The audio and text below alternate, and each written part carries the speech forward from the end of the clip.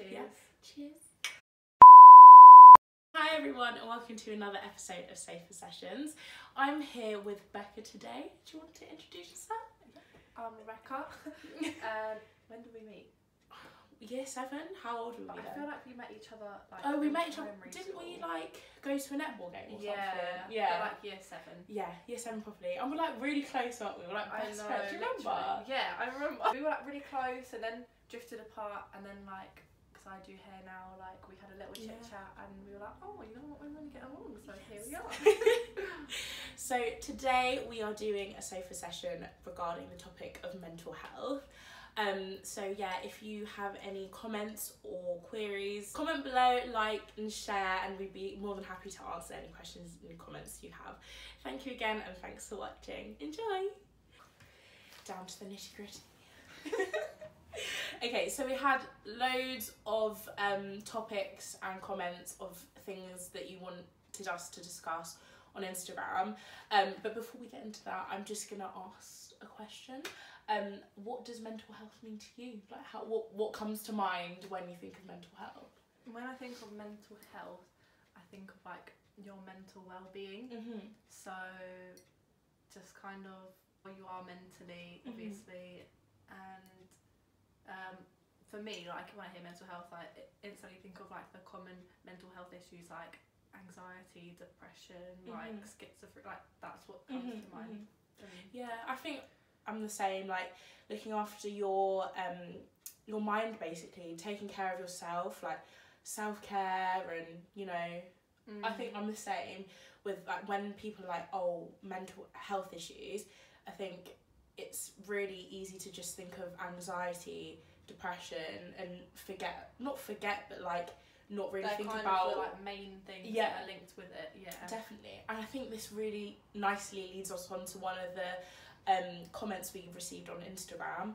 That was just focusing on anxiety and depression and kind of neglecting almost psychosis, PTSD, schizophrenia. Like, what are your views on that? Like, what do you think?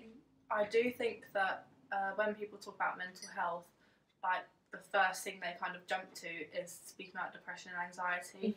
I don't know if I'm right in saying this, but I think they're like the most common.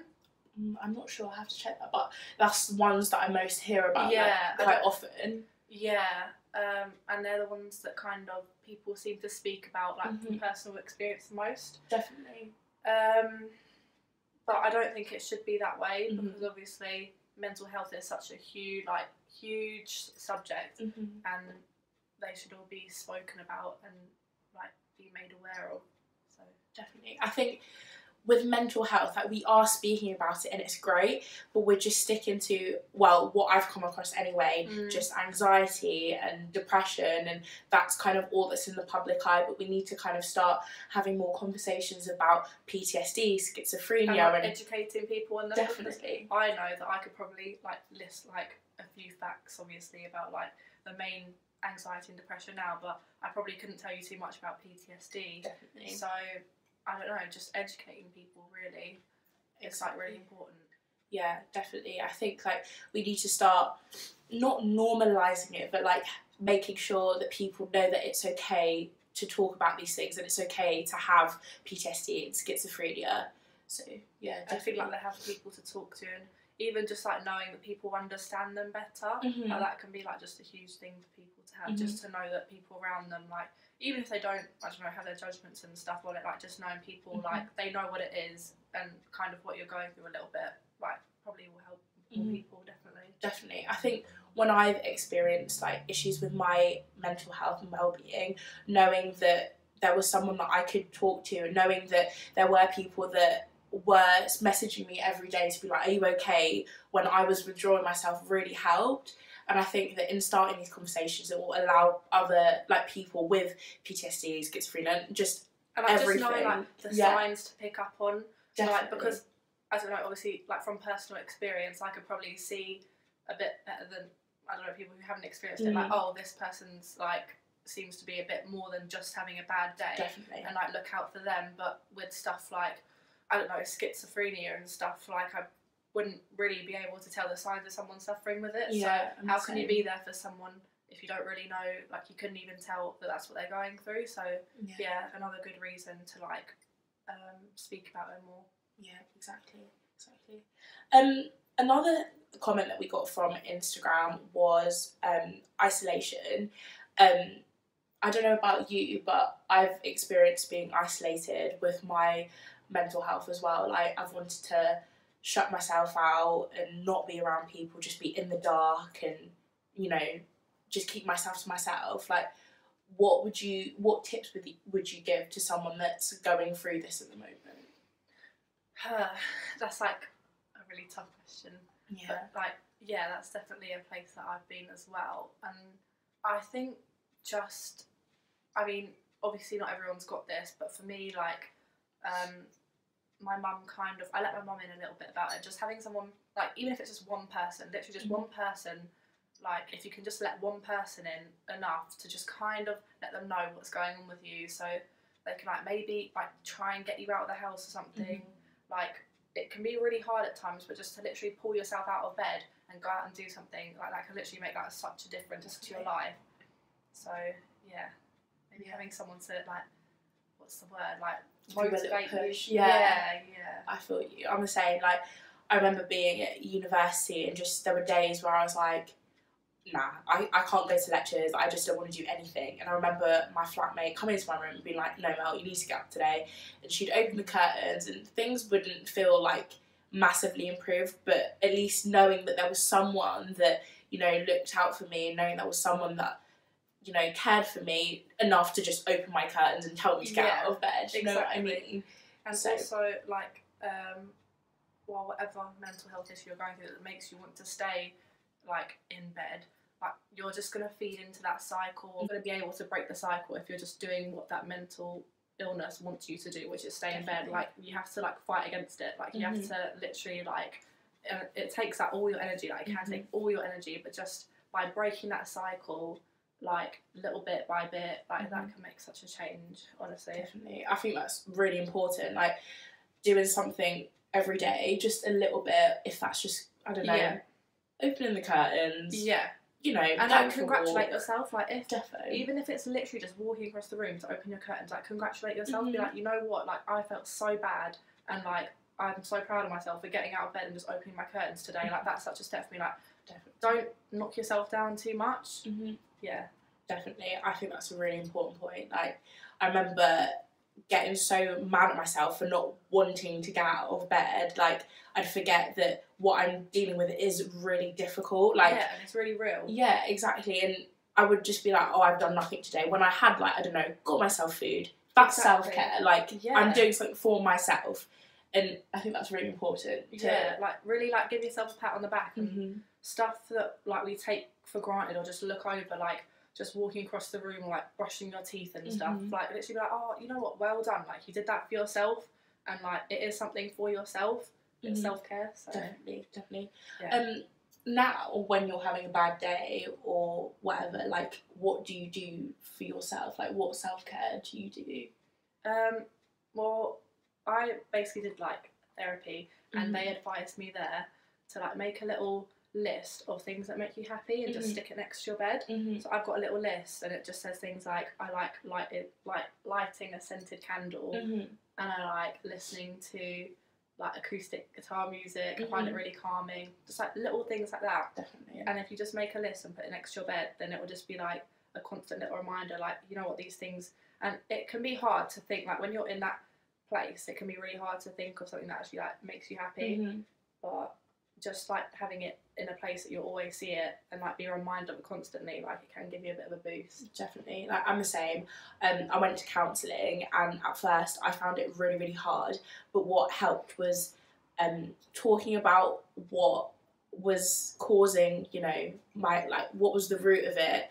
That really, really helped me, and finding something that made me happy, although it was really difficult at the time. I couldn't see any light, but throughout all of it, I found that singing really helped, and, like, the words of a song or making a song up for how I was feeling at the time really helped to bring out, like, how I was feeling, and then I kind of felt a little bit better afterwards. So finding something that makes you happy, you want to, like, do something, like a hobby or something, just so you can, like, find the light of a really crappy situation. Yeah, and if it can be something active as well, like they also really pushed me to do something like active. So I remember when I was like going through quite a tough time, I'd always go on a little walk with like my mum down the canal in my house, and it'd only be like a 15-20 minute walk, but like, I don't know, it was really nice scenery, and just being with like someone who I knew was like, you know, like looking out for me and stuff, like it could really like make my day. And just even if it didn't, like, I don't know, I didn't feel like at the time it massively changed my life, like it was just something to like get you out and doing something, and like I feel you. Like when I felt bad, like my counsellor would tell me, you do some exercise, go to the gym, and I was like, that's really the last thing that I want to do. But when I pushed myself, when I went, I'd run for a little bit. I wouldn't exert myself, but I'd do a little bit, and I'd feel a lot better for it. So I think that's really important, to be active. And again, no matter how small the activity is, like reward yourself, like give yourself a pat on the back, tell yourself that you've done something. Like I know now I'll put a face mask on, and that's like a really small thing to do, but I've taken care of myself. So so one thing that was very popular on the comment section was social media and mental health, and I think this is quite a big subject, like social media and mental health, and I know that the two can go together, like work together quite closely, can't they?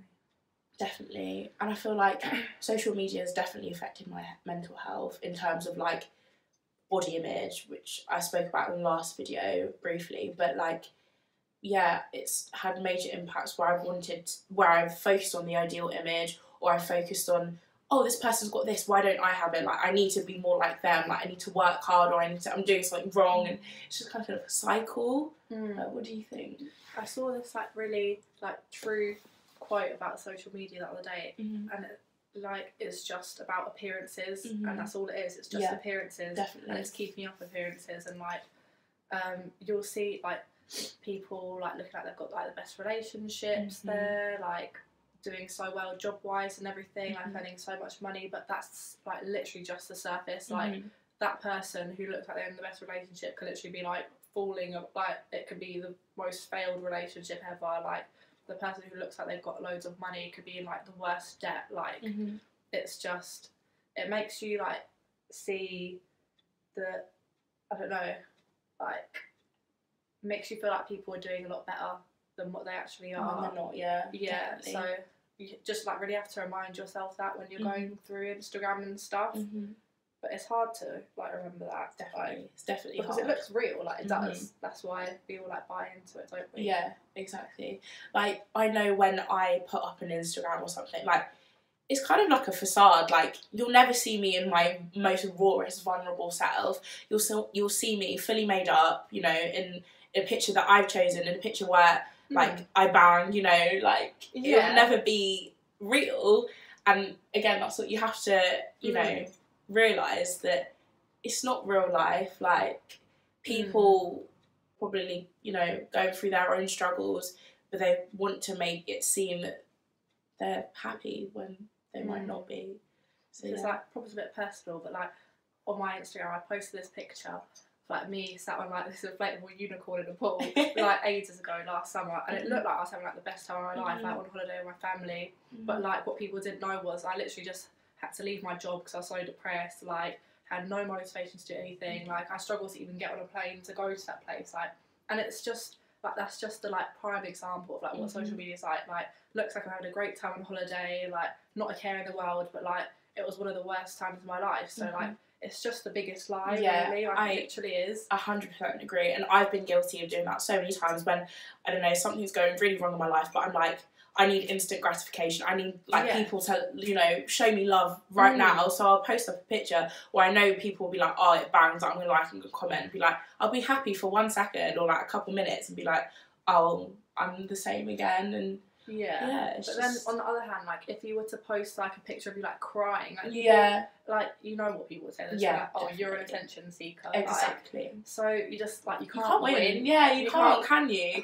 Like it's like what you asked me earlier. You were like, oh, don't you care if anyone from school watches? And I'm like, no, because I'm on my own path, and people are gonna judge you. People are gonna judge exactly whatever I could jump out of a plane, people would judge me. I could, I don't know, you could be the most successful singer in the world. People would judge me then. Like, you can't keep everyone happy. There's always going to be someone that's like judging you and are jealous of you, and I think that's what you've got to remember as well. Like, you are your own person, and like, you're on your own path, and social media can influence you, but it's not all there is. It's not the be all and end all. I was watching a video earlier, and they said that Kanye West was in talks of taking the likes away from Instagram and like Twitter and stuff, which I think would be really interesting, because if you don't have likes or comments, then it kind of like takes away the power of the people, I guess. Like, it does. You can't comment anything bad, or like, it doesn't matter about the number of likes you've got. I just feel like that's what draws people to those platforms. Exactly. So without that, like, they would like fail with social media platforms. Definitely. But it would be interesting, like, even if it was just for like a week, like, I feel like no one would post. Yeah, you know exactly. What I mean? Exactly. That's why people use it. Like, they want that gratification. Like, they want to know people are like, I don't know, thinking they look really good in that picture, or like saying something really great on Twitter or whatever. So another popular topic that kept recurring was university and mental health, and I have a lot to say about this topic. But what do you think, like, in terms of like school and mental health, like when we're in high school and stuff? In high school, like, personally, I started suffering my mental health when I was 13, so just starting high school, and like, for me then, it was like, so like, you wouldn't speak about it, like, it was so like, it was just not a thing then. Literally. So back then, literally, I just did not speak about it to anyone. Like, it was just, but now I didn't go to university, but my sister who's gone, like, she's told me like how much support she has there, like, well, like, people in general have there, like, there's like counsellors, therapists, like, definitely. But again, I didn't go, so like, I don't know. So it looks like things are getting better, like, it's getting more aware, like, people are getting more aware, but definitely. I don't know, I'd be interested to hear what you say about it, because... Well, so I think, most of my mental health issues kind of arose when I was at uni, so I think I always had them, but they kind of developed when I was at university. And I think it's because you're with so many different people, you're meeting new people, like, you don't exactly get along with everyone, and they can say things that may trigger something that's happened in the past that you've suppressed or whatever, and there's so many things that are going on, and I don't know, at uni, first year uni was fine, like, everything was going swell, like, nothing was wrong, because my first year didn't count towards anything, so I was just going out, having a great time.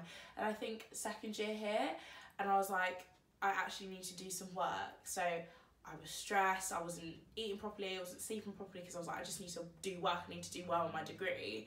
And then obviously you have the money side of things. So I go to university up north, and I'm not with my parents, I don't live at home, so I have expenses, I have rent to pay, so I was like, I need to get a job. So I got a job, I loved my job, but it was very difficult to juggle a job and uni as well. I didn't have time to study, I was either at work or just studying, I didn't have time to be social with my friends, and it really took a toll on my well-being, my mental health. My boyfriend lives in London, so I never got to see him, and it was just really affecting me, juggling all of these different things. Yeah, exactly. It was just a constant cycle that I couldn't break, and I could not see any way out. And there was obviously other factors like my personal life that was contributing to it. It was just a massive cycle, and I think uni students have there's so much pressure, like, to have a social life, to be financially stable, you know, to have a good time as well. And I don't think many people really get that. Like, on the surface, it's just, uni is just one massive piss up, like, you know, you go out with your friends, but it's actually really difficult, and I want everyone to know that it's okay not to be okay. Like, if you're struggling, go and seek help. Like, at my uni, like, what your sister said, there are massive like mental health teams, and because I think they know that you come to university, you're all alone, you have no one else, and it just brings up like a load of things like anxiety, panic attacks, whatever your mental health they must issue be is. like aware of it if they've got such good support. Well, from what I've heard, like they've got such good support there. Like there's obviously that support there for a reason. Yeah, you know exactly. So if you are deeply struggling, then just go and ask for help. Like there's no shame in asking for help. I think that's really important because people sometimes get scared, which is understandable. I was scared at first, but it's difficult to suffer alone, and just letting someone know so you can make those first steps, I think is really way important. worth suffering alone than like once you've taken that first step to speak to someone, like it gets easier from there. Like I'm not saying that you'll be like that's it, you're cured, you know what I mean, but it will, like, it's easier to talk to someone, deal with it with someone, and do it alone. 100%. Definitely, it's a long process, but that person will be with you through all of it, supporting you, and it will get better. Sorry. But it will get better, I promise. I thought this was a really interesting question. I need to look at my list because it's quite a long question. It's, do you think your culture or in other aspects of your background affects the way you think about mental health? What are your views on that? Well, I would say, for me and my background, like, if I spoke to my mum about having mental health issues, which I have, like, she just wants to do, like, everything to be there for me. Like, I can't complain with, like, what my mum's been like with me, like, throughout this journey. Like, she's just done everything and more for me. So I'm really lucky, like, in my situation, because I know that, like, not everyone has that, and I can't even imagine what that would be like. So yeah, that's what my experience of it has been, but I can't say I know too much about what it's been like for other people and other cultures. Well, I know that, like, I think that if your parents are not, like, they don't want to talk about mental health, and they believe that their feelings, like, if you have feelings, you should just have to deal with them on your own, like, that's really difficult for a person to deal with. So I think the person's views, like, the person that's going through the mental health issue, I think how they go about seeking help heavily depends on their parents. So I know that personally, like, I don't know, I think my family would just be like, yeah, like, are you sure you have it? Like, nah, you don't have it, it's fine, like, you know, you're just being silly. But it's difficult because you kind of don't know who to turn to, you just feel alone. So if you can't rely on your family to talk to, then seek a friend. Like, I know that my friends are massively supportive of me, and if I had a problem, I could go to them in a heartbeat and they'd be there for me. So if you can't talk to a family member, I know that's really, really difficult because it's such a personal thing. But if you have, like, a close friend or a sister or someone that's really close like, to even you, if it's like none of them, like, a counsellor or something, like, apply for that. Like, there's always going to be someone there for you, even if you don't know them yet. Like, there is someone out there. Definitely.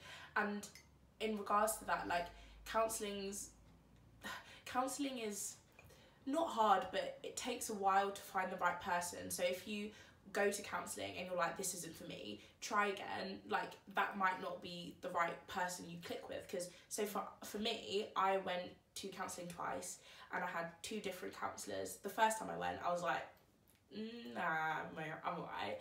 The second time, me and my counsellor really gelled, and I felt comfortable with telling her, like, my issues, whereas the first time it wasn't great. So I feel like if you do start therapy and you feel kind of disheartened by it, don't give up, do try again, as hard as that may be, but trust me, it will work out. That's the same with me. Like, I saw 2 counsellors and 1 therapist, and, like, they've all got different techniques, and, like, you'll definitely, like, the ones that you click with, like, you're not going to see the results straight away. Like, it's not an overnight thing. Yeah, definitely. Like, it's a process, but, like, you'll, like, know from speaking with someone who you kind of connect with more, and, like, everyone's got their own technique, and, like, some people, like, personally, like some people have been like quite not like aggressive, but a bit blunt. more forward and blunt with their approach, which for me doesn't work because I'm a bit too emotional for that. Me too. But some people are a lot more like just open-ended questions, like you know, just a bit of a softer approach. Like different things work for different people, and you just need to like try and go out there and explore what works for you. 100%.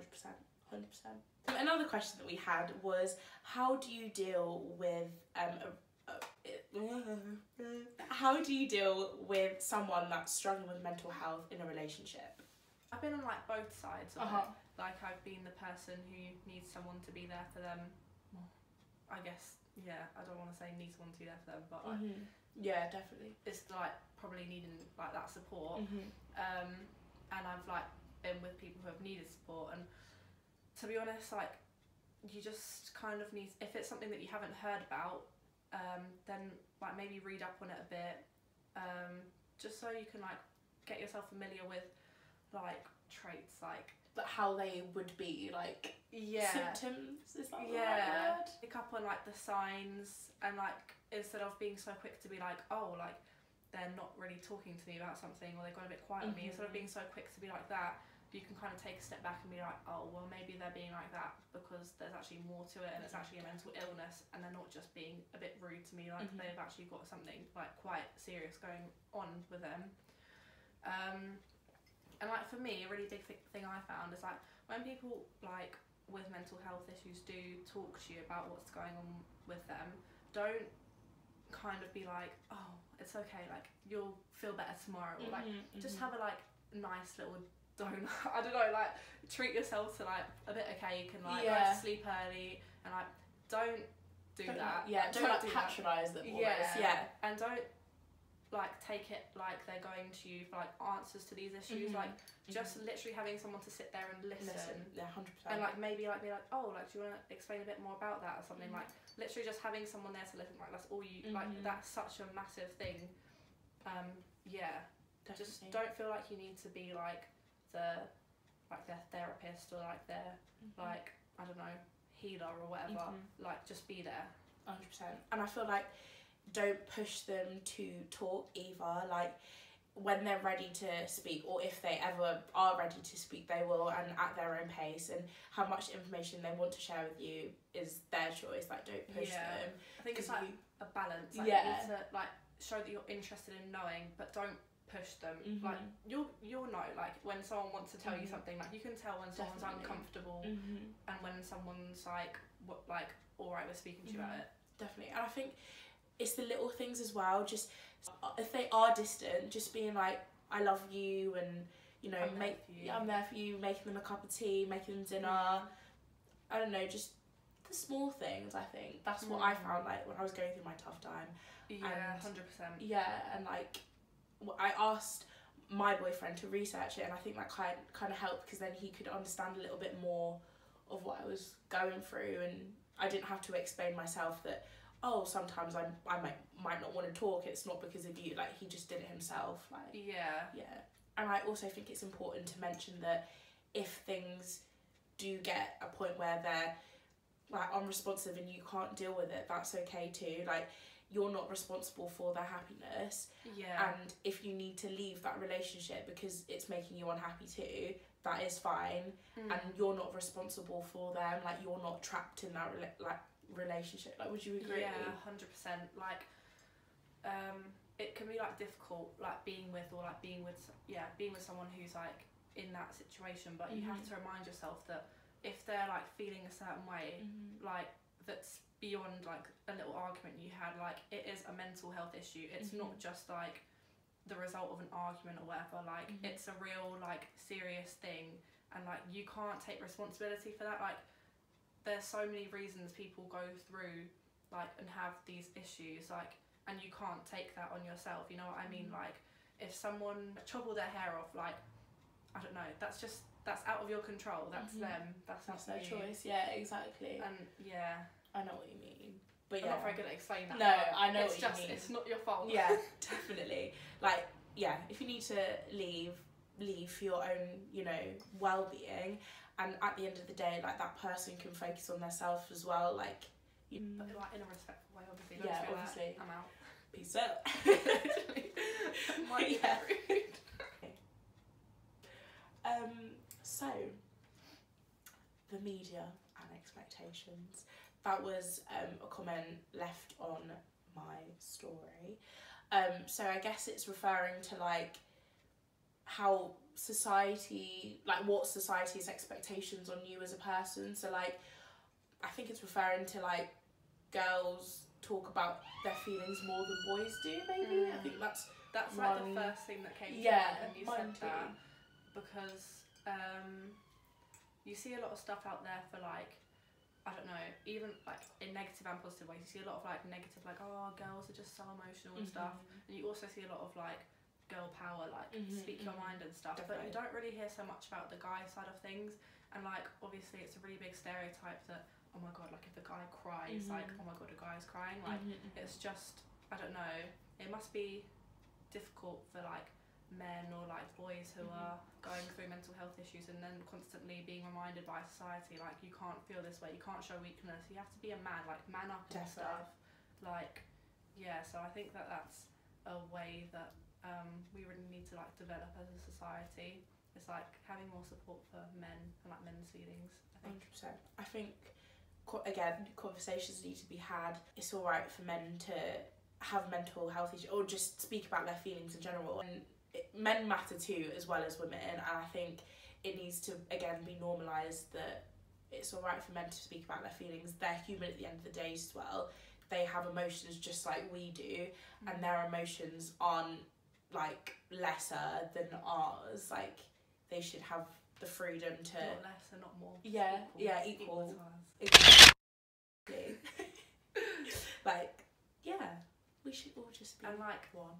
And like, even if it's just a case of, I don't know, like you hear a guy like knocking another guy, being like, oh, like, I don't know, cheer up, or I don't know, like, I don't know, even just like stepping in there and be like, hey, like, he's like allowed to feel upset and stuff. Like, I don't know, I think we can all like do little things like that just to like try and like do our little bit to like help it a bit more accepted. Definitely. I think that like in a male friendship group as well, the culture around that is kind of like, I don't know, it's just banter, you know? It's like, if your friend is quiet, it's just like, as you said, cheer up. Like, they wouldn't actually be like, oh, so what is wrong? Yeah. And I feel like boys need to understand that boys have mental health issues, or just, you know, have bad days too, or whatever, like, and you should be having the conversation like, you're right, like, do you want to talk about it? Like, I'm always here if you need to, mate. Like, you know, don't suffer alone. Literally. Like, let's grab a pint. We can, you know, have chats, whatever. Whereas girls are kind of like, this is kind of stereotypical, but in my friendship group, I'll be like, are you sure you're right? Like, you know, you're acting kind of sad today. Like, do you want to talk about it? More than... And I also think that, like, I can't say I'm like too familiar with like what it'd be like in like a guy, like predominantly like guy just group, but also like be aware that like, I don't know if this is me being a bit too like worried about people, but like, I don't know, be aware of like the signs that, oh, maybe it's not just like her like being a bit upset for like a few days or something. Like, maybe like you really need to pay attention to that person, because literally like anyone can suffer with mental health issues, like anyone. And like, so often like I know from experience, like I've spoken to someone and like they've opened up to me about it, and I'll be like I really didn't expect that. Exactly. Like, you just seem so good, like I don't expect that. So like just go be a bit like caring for everyone. People are so good at putting up a front and like hiding it that you can sometimes... And I think that is quite a British thing, like, I don't know, like you do just kind of like get on with things. Yeah, definitely. And, like, you complain about stupid little things like the queue that you were just in, or like the weather, or like you can complain about those things, but like getting deep and stuff, like, it's just something we don't do, is it? No. On to our last question, and it was, how do you think we can reduce the stigma around mental health? Do you want to kick us off? Posting more about it, and like, I don't know, like, I don't know, do you have any ideas? Yeah, I mean, I guess it's really tricky, but I think the main one's probably just talking about it, like normalising it just as much as physical health. Like we go to the GPs regarding our, I don't know, asthma, or like, I know I've got a broken foot, can you help me? It should be exactly the same thing with mental health. In work, people can just so easily be like, oh, I've got a bit of a cold at the moment, yeah, or like, I don't know, I just broke my finger or whatever, but like you can't be like, oh, you know what, I'm going through a bit of a depressive episode at the moment. Like you can't say that. Like people would like look at you and be like, like you just said, like, you know what I mean? Exactly. Like, you couldn't say that. So yeah, you're right. Just by like talking about it more, really, like the more you talk about it, the less kind of scary it seems, and the more people know about it, again, like the more scary it seems to them. So definitely. And I think social media can have its positives and negatives, but it's such a big platform for people to use their voices. Health professionals need to have training around mental health as well as physical health, because if I went to the when I've gone to the GP, they've been like, okay, here's some leaflets, like go to counselling, I can't do anything, basically, you know? Yeah, like I know when I've gone to the GP about it, they can give you like antidepressants and like send you to counselling and therapy, but then like eventually that does wear off. Like I don't know, like I still take antidepressants, but I don't do counselling and stuff anymore. And like you're gonna need that ongoing like support there, and like medication can't fix it. Like for some people it does, but personally for me it hasn't. So there's not like an ongoing, like I couldn't just book myself in another doctor's appointment, because they would just tell me to go back to counselling, and that's like a 6 week or plus whatever like thing. So it's there's definitely a lot of work that the like kind of medical world can like do to like expand on that 100%. Definitely. And I think everyone's going through a mental health issue, whether it's an acute thing or like a longer term thing, and I think that there's services that need to be there in place, because I know that there's a really long waiting list for like CBT, and there needs to be more professionals to accommodate for it. It's like a 4 to 6 month like waiting list. Like if someone's like in a really bad place at that time, like they need help like then. And also I think with our age we're kind of lucky because there's more like free services available, but then when you get to like 25 like plus or whatever, like you start to have to like pay for like counselling and stuff, and like it shouldn't be like that. Like you should be able to just like have someone address those issues for you like when you have them, like not 6 months down the line, then when you may be like way worse, in like a way worse state, you know what I mean? Exactly. Like, it's just 100% agree, because by the time you get to those 6 months it could be too late, you know. So I definitely think there needs to be like a better system. 100%. You know, like I can see improvements from when I was younger to now, but there's still such a long way to go. Yeah, I think more conversations need to be had about mental health. I think it needs to be kind of normalised. Like even though we're speaking about it now, I feel it's still kind of a taboo subject. Like, and I feel like because it's something we've both gone through, it's easy to talk about. Whereas if I were to mention it to one of my friends who hasn't gone through it, it'd just kind of be like an uncomfortable conversation. Definitely. Like it would be. So yeah, I think that kind of feeds into like people just educating themselves more. Yeah, definitely. Of what's going on like literally around them, like in front of their faces. 100%. Yeah, I feel like in educating yourself, you'll be able to pick up the signs a lot more of your friends, family, whoever it may be. And I think, again, it's important to touch upon that it happens to anyone. It can happen to anyone. Like, if you're black, white, gay, trans, whoever you are, like, it can happen. Doesn't matter. Doesn't matter. Who you are, like, doesn't matter. Like, it can happen to anyone. Definitely. That brings us to a close. To a close. Thank you so much for being a guest on today's. It's alright. Thanks for having me. That's alright. I hope you come back again. I will do if you need me. Thank you so much for watching. Again, if you have any comments, please leave them down below. If you're feeling generous, give it a share. You never know, this video may help someone. Like it. And again, thank you so much for watching. Bye.